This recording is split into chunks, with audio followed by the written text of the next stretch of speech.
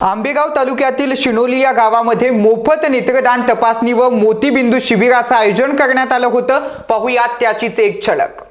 Decent foundation Junnar आणि Mahesh Borade foundation, Shri Bhairavnath देवस्थान trust Shinoli तसेच आर झुंझुनवाला शंकरराव हॉस्पिटल पनवेल यांच्या संयुक्त विद्यमानं आंबेगाव तालुक्यातील शिनोली या गावात या शिबिराचं आयोजन करण्यात आलं होतं। विविध संघटनेनं भरवलेल्या या मोफत शिबिरामध्ये मोठ्या संख्येनं जनमानसांनी सहभाग घेतला होता। डिसेंट फाउंडेशनच्या एक काठी आधाराची या संकल्पनेला खूप चांगला प्रतिसाद मिळाला। डिसेंट फाउंडेशनच्या वतीनं काठ्यांचे वाटप शिनोलीत गरीब आणि निराधार तसेच वंचित लोकांना करण्यात आलेलं आहे। तसेच आर झुंझुनवाला शंकरराव हॉस्पिटल पनवेल यांच्या माध्यमातून मोफत मोतीबिंदू तपासणी व शस्त्रक्रिया करण्यात आली, तर महाहिंद लॅब जुन्नर यांच्या वतीनं मोफत रक्ताच्या चाचण्याही केलेल्या आहेत। तसेच आंबेगाव, जुन्नर व खेड या तीनही तालुक्यातील मिळून जवळपास 22,000 किशोरवयीन मुलींना वैयक्तिक स्वच्छता, मानसिक व शारीरिक आरोग्याबाबत जनजागृती मोहीम राबवण्यात आली।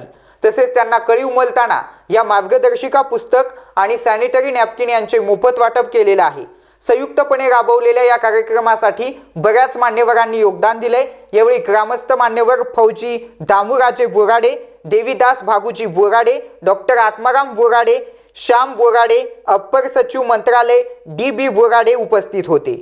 डिसेंट फाउंडेशन जुन्नर पुणे व महेश बोराडे फाउंडेशन शिनोली, त्याचबरोबर R Jhunjhunwala eye hospital Panvel यांच्या संयुक्त विद्यमाने आज शिनोली या ठिकाणी मोफत नेत्रचिकित्सा व मोतीबिंदू शिबिर आयोजित केलेलं आहे। आतापर्यंत या शिबिरामध्ये जवळपास 127 आजी आजोबांनी आपल्या डोळ्यांची तपासणी करून घेतलेली आहे। खरं म्हणजे जवळपास 3 वाजेपर्यंत हे शिबिर होणार आहे।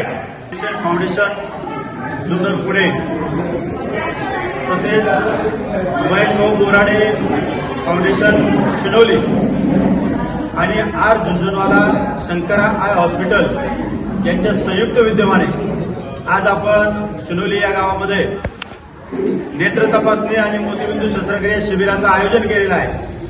त्या निमित्तानं या गावातील काही ज्येष्ठ नागरिकांना, ज्येष्ठ आजी आजोबांना डिसेंट फाउंडेशनच्या माध्यमातून जो उपक्रम राबवला जातो, एक आधाराची काठी आजी आजोबांसाठी।